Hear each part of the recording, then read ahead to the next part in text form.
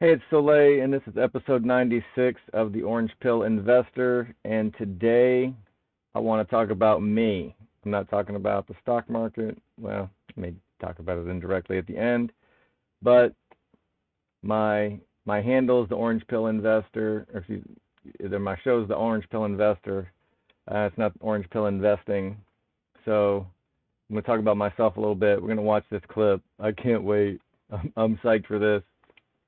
And so I'm an anarchist, and in general, throughout history, there's been a few successful uh, cultures that were anarchic, and for the most part, some central power, some other neighboring country will get more powerful and take them over, and it's kind of an excuse that people use, and they'll throw it in your face. Oh, what long-term successful country or geographical area has been anarchistic for very long. And there are some examples, but they generally don't last. Fiat money and fiat power just allows you to plant a bunch of crops, build a city, build an army, feed the army with the shit food. They're young soldiers, so it doesn't matter if that diet kills them eventually anyway. And you just go take other people's stuff. And if they don't have as big an army as you do, then they're screwed. And just centralization of power just leads to war and poverty and destruction. So I'm a little bit psyched for the future because I think Bitcoin is ushering in an era where private property rights and anarchy will be able to sustain themselves on their own without a central authority backing up those private property rights. There's been a few arguments too, is like, oh, you believe in private property. Well, what guarantees your private property? The state does. They'll come send police to enforce your private property rights or whatnot. But with Bitcoin, you can self-custody and you can enforce your own private property results.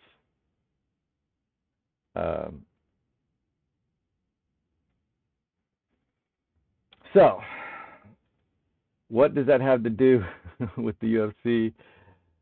Give yourselves a listen. I love property, and let me tell you something. If you care about your fucking country, read Ludwig von Mises and the 6 lessons of the Austrian economic school, motherfuckers. I am here for it. Today, I chose violence, and I am psyched. I probably should have given a language warning, but I can't imagine you're playing random videos at work out loud in your cubicle next door to the church lady. So if you are, my bad, but that was kind of dumb of you. So I love this. This is insane to me. So I don't even know where this guy's from, but I might be a fan now. I think I'm gonna spend half the rest of the day just searching for his fights, and he I think he just earned himself a lifelong fan.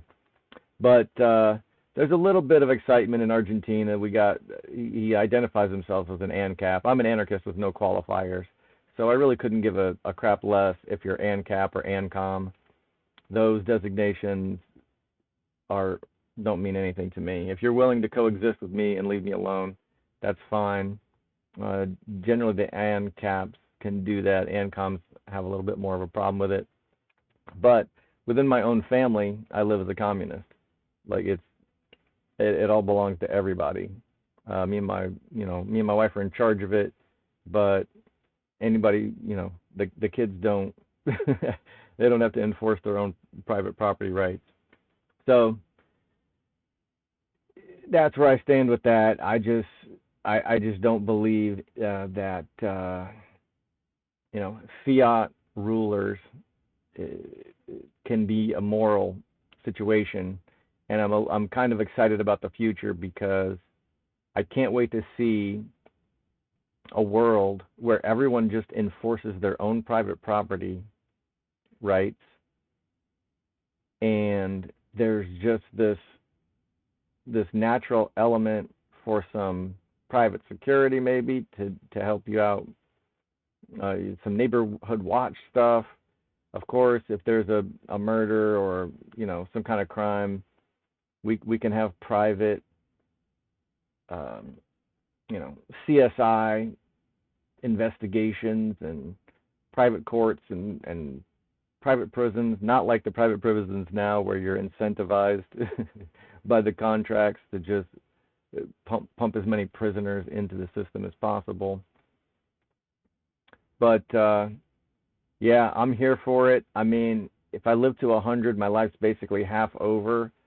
But if I can eke out another 50 or 60 years, I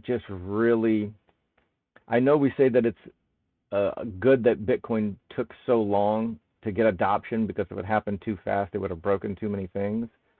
But I'm like, okay, now hurry. Just like, we've got a certain amount of adoption. If we can just get the rest adopted, and honestly, I don't even think we necessarily need anarchy everywhere.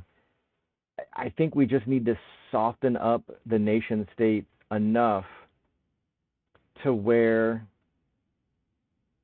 if half the world or more had minarchy, then the people who want the security of the state can go live there. But I just want there to be options, and maybe there'd be some areas where just full anarchy exists, and myself and a few of my homies out there can come along. So I'm excited about the future, and that's and that's why I was excited to share this video, because when you have UFC fighters, and actually I'm kind of jealous. He put me back on my heels a little bit, because I haven't even ever read anything by Mises. So like, this fucking guy is out here knocking people out and reading Mises in his spare time, and I need to get on his level. So challenge accepted, homie. And you got a fan. And so this is maybe I will talk about the stock market a little bit, but it's going to shit. Bitcoin had a nice little dip. If you participated in that, congratulations. I was kind of saving my bank for Monday morning because I wanted to pick up some cheap MicroStrategy, but I had to hurry up and trade at the open, and it really wasn't down very far. I mean, it was down a little bit, but maybe Bitcoin crashed again or something, because now you can get it for under 1,400. So I may try to pick up a little bit more. Did Bitcoin crash again? Let's see. And I don't really do technical analysis, but I mean, I can draw a support and resistance line. And as far as I can tell, Bitcoin support is around 52K. So if I was going to draw Bitcoin support, I would do it here, because we have a severe, there's definitely support for this, because it went straight up to 62. That's a 20% move. Then it went up another 5%, and then it went up another 5%. So, I mean, you could, if you wanted to be real greedy, you could draw support here, I suppose, but that's not really support. Well, kind of is. I mean, we got support here for it, and then we've got support again here for it. Somewhat a little support for here for it. So once you get the multiple support points, you can kind of go there. But this, to me, is the safest one. And when Bitcoin crashes, I mean, it's not inconceivable to crash all the way to support, through support, and then down to the next support level, and then bounce back up to this one. So if we crashed to 20% below 50, that's another 10K, so basically to here. So if we crash below 50 to 40, that would not surprise me, and then a quick bounce right back up to 50. And this shit can happen in your sleep. So if you don't have a limit order set for 50, 45, and 41, 42 or whatever, you're going to miss it, because when you wake up, it's going to have banged off of this and it's going to be back up to here. And then hopefully, making another climb. But this is what Bitcoin does. It claws its way up and then it ratchets its way down. Sometimes it ratchets slowly and you really can't participate in those severe crashes. But, it could grind its way back down. What is it, 63? It could grind its way down to 60, 55, 50, and then just hang around here. Or it could just go straight to 42 and maybe bounce back up. It does what it wants to do. And I don't know if there's manipulation going on. I mean, I kind of always assume there are, but then some people say you're a conspiracy theorist if you think that people can manipulate. Bitcoin might be a small enough market for the whales to be able to do that, institutional investors or whatever. I heard a dirty rumor that, was it Tesla or MicroStrategy? There were a bunch of long calls that were about to expire in the money. And then like late Friday, there was like a massive sell-off. And people were saying, oh yeah, that's to pump the market on that stock down. They only had to drop it by $5 or $10 in order to knock all of those long calls out of the money. So was that worth it to do that? I guess if you were on the other end of that trade and you didn't want to pay these guys out, I guess that's possible. But again, I don't know if that stuff's all even possible. I've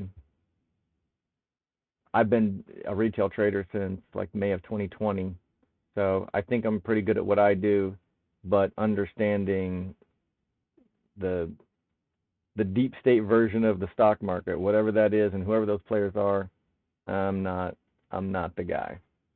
So another reason to clean up the money with Bitcoin and hopefully flush the incentives for bad actors out of the system. And I mean, I can do I don't even want to talk about it, but I can do a quick update on my 5K account challenge. I have, within a month, turned 5K into 3K. And I can't remember if that was the goal of my challenge. Was it to cut it in half or just completely go broke? I don't remember if that was the goal. No, the goal was actually to send this to 25K. And as you can see, I bought miners at Bitcoin all-time highs, and now we are experiencing the pullback. And what I might have been a little bit overconfident because I used margin in this account because I wanted to hopefully make some gains quicker. But now I'm getting very short on buying power. So I may have overestimated my safety profile, which would not even be the fault of the strategy itself. It would be a problem with sizing of the trades, which is probably the number one skill you should develop as a retail trader, is trading at the appropriate size for your account, and not using margin if you're in any danger. Like if this was the only $5,000 I had, then this would have been very stupid. But as it is, if I got a margin call here, it wouldn't be a problem. It would kind of violate the terms of the challenge, because I'm trying to do this without bringing any extra money. It's just take 5K, one shot, never put a dime into it, get it to 25. So hoping that doesn't happen. If it did, I would just probably end up having to sell some of this MicroStrategy at a loss to cover it, which is also not the end of the world. Over time, this should all work itself out. And so we'll see. Short term, to an extent, doesn't mean anything, but of course you always want a number to go up. So not happy about it, slightly frustrated, but it doesn't mean anything in the long haul. This is kind of somewhat high frequency trading. You're going to trade once a week, not daily, not multiple times a day. But compared to the buy and hold crowd who just buy once and then sell 30 years later, maybe, if they ever do. It's way more frequency than that. So I think I will probably leave it there. I hope that you enjoyed this, and that's it for me. Orange Pill Investor, motherfucker. Be good, y'all.